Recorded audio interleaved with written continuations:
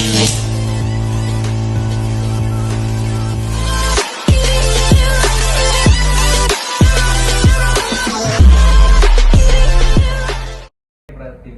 SHMMMH.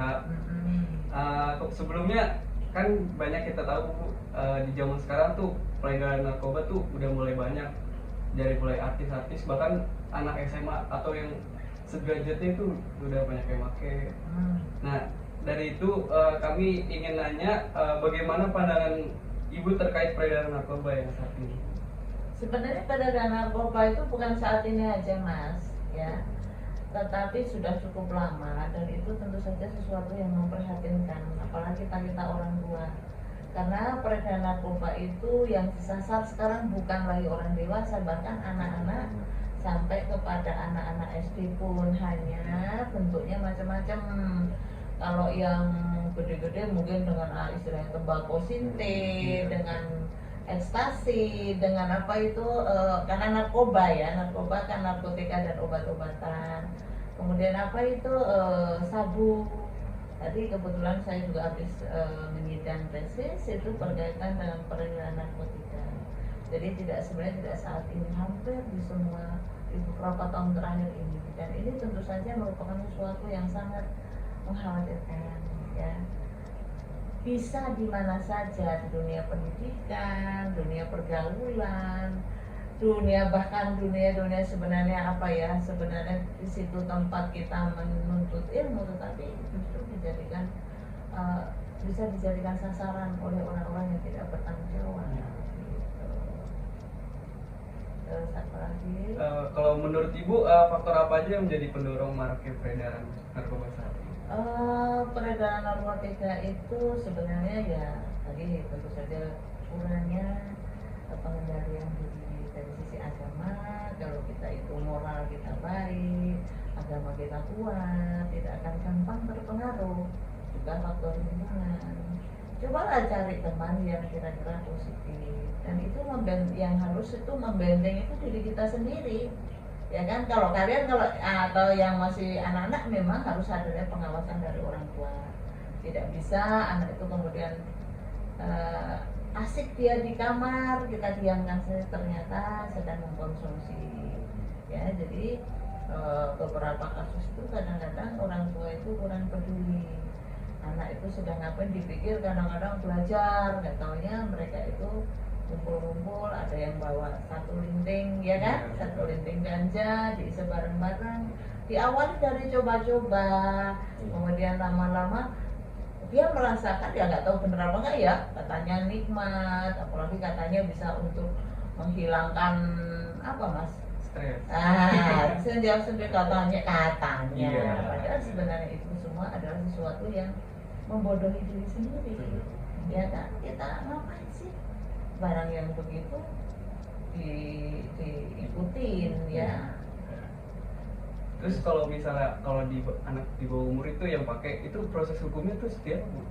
Ya kalau anak di bawah umur itu kan sebenarnya dia masih di bawah perlindungan orang tua ya. Pemahaman di bawah umur itu kalau dalam hukum pidana itu dibilang anak itu di bawah 18 tahun. Kalau anak itu sebagai korban itu sebenarnya sejak anak dalam kandungan itu sebenarnya bisa menjadi korban. Sampai anak usia 18 tahun dengan catatan dia belum pernah menikah.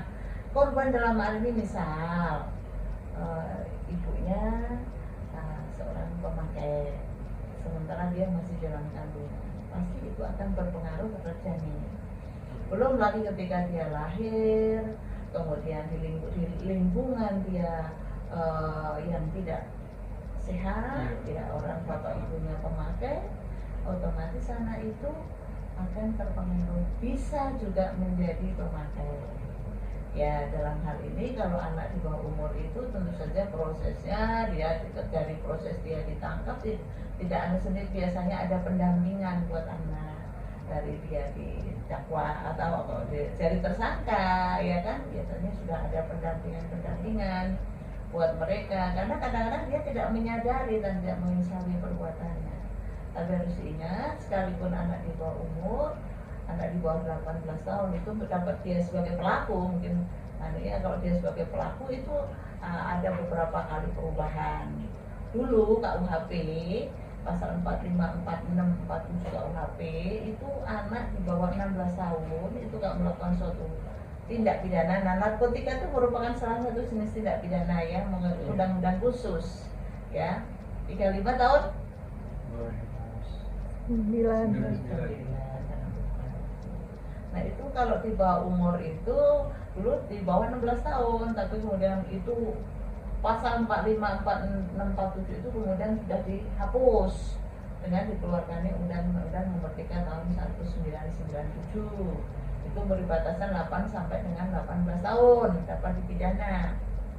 Nah, ada 3 kemungkinan anak itu bisa dikembalikan kepada orang tua untuk dididik, bisa diserahkan kepada negara, atau bisa dijatuhi hukuman. Kalau dalam KUHP dulu dikurangi 1/3. Tetapi Undang-Undang Nomor 3 Tahun 1997 tentang Pengadilan Anak itu dikurangi setengah. Tapi undang-undang itu seiring dengan berjalannya waktu itu juga dihapus, dicabut dengan dikeluarkan Undang-Undang Nomor 11 Tahun 2012 tentang Sistem Peradilan Pidana Anak, memberikan batasan yang dapat dipidana itu 12 sampai dengan di bawah 18 tahun. Dengan catatan belum menikah ya. Kalau umur 15 tahun dia sudah menikah, dia sudah dianggap dewasa. Tentu saja tadi kalau mereka menjadi pelaku ya tadi ancaman hukumannya dikurangi setengah, dan untuk anak itu maksimal hanya 10 tahun kalau dia pelaku tindak pidana. Ancamannya kan kalau orang dewasa harusnya ada mati. Narkotika pun ada ancaman mati loh. Tapi karena pelakunya anak, maka ancaman hukumannya maksimal hanya 10 tahun. Ancaman itu yang diatur dalam undang-undang, ya, gitu. Apalagi kalau menurut Ibu, bagaimana sih pandangan Ibu tentang hukuman yang dijatuhkan kepada pengedar narkoba itu sendiri? Sebenarnya kalau menurut saya, kalau dia sudah disebut sebagai pengedar, maka layak seharusnya selain ya dijatuhkan selain hukuman berat, tapi harus dicari upaya apa. Kalau dia, karena ini antara pemakai dan pengedar. Kalau biasanya pengedar itu kan biasanya juga pemakai ya. Iya.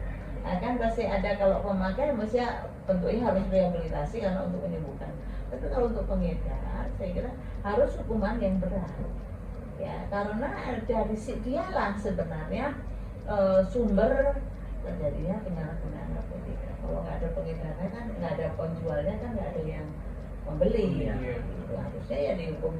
Hakim tidak pandang bulu, tegas memberikan sanksi pidana yang berat.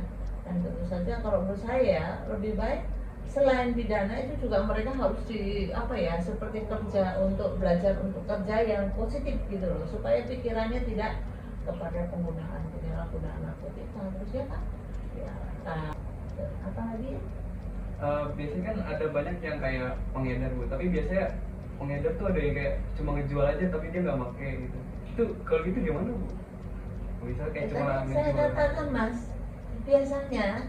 biasanya loh ya, nanti baru kalau dia seorang pengedar, ibaratnya gini Mas, seorang sales, seorang penjual, kalau dia tidak bisa merasa, orang yang nggak percaya loh, ya nggak? Iya betul. Ya nggak? Iya, Kalau betul. pasti oh ini enak, oh ini murah, oh ini apapun yang dia sampaikan, ini narkoba ya kan, dan itu tersembunyi kan.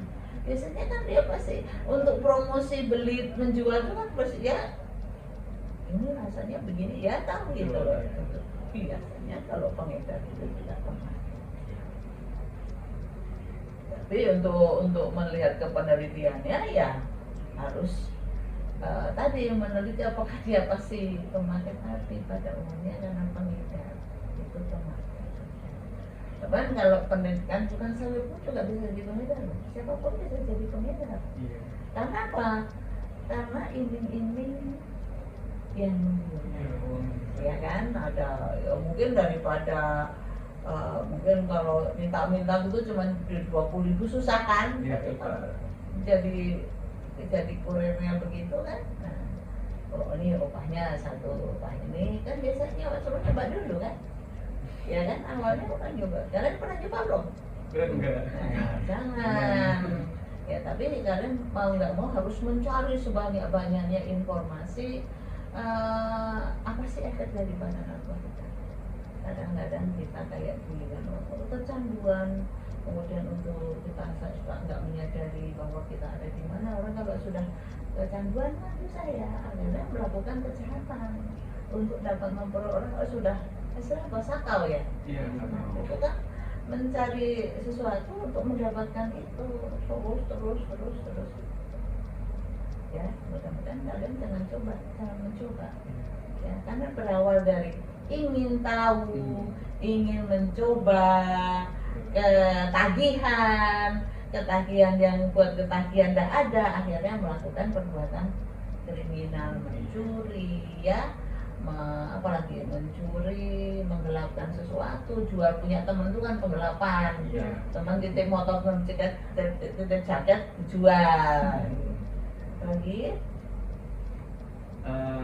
kalau menurut ibu kan tadi udah dibahas kayak hukumnya. Kalau misalnya ibu yang membuat hukum itu yang setimpal tuh hukumannya untuk yang pengedar itu, menurut ibu gimana? ya kalau maksimal ya mati, dan harusnya itu harus betul dilaksanakan. Cuman kalau hukuman mati itu kan tentu saja ada batasan-batasan ya, batasan berapa dia harus ada pidana mati. Kalau mau memutuskan jaringan ya sumbernya harus dimasukkan. Tapi saya katakan tadi, takutnya ini jaringan terputus, bonggolnya dimusnahkan karena sudah kemana-mana ya itu tadi. Makanya harus ada pencegahannya, harus ada kerjasama semua pihak, saling mendukung, saling bisa memberikan perlindungan. Kalau untuk anak ya kan, misalnya anak sebagai pelaku, lingkungan itu harus bisa saling mendukung. Kalau tahu anak pada kumpul-kumpul nggak beres ya diingatkan. Cuman kadang-kadang orang ini pesan terakhir ibu, apa pesan ibu untuk anak-anak remaja atau mahasiswa untuk menghindari narkoba? yang penting nomor satu, perisai diri dulu, kuatkan perisai diri untuk tidak pengen tahu, tidak pengen mencoba ya, dan hindari pergaulan-pergaulan yang kira-kira memang itu ada kemungkinan menjadi penyalahguna atau tadi kumpulan-kumpulan yang kira-kira memang tidak baik ya jangan diikuti gitu ya toh. Kalau sudah tahu itu bahaya, tetapi nyoba ya. Kalau kita belum siap untuk istilahnya terjun untuk bisa misalnya melarang mereka, hati-hati, jangan sampai kita justru terjerumus gitu.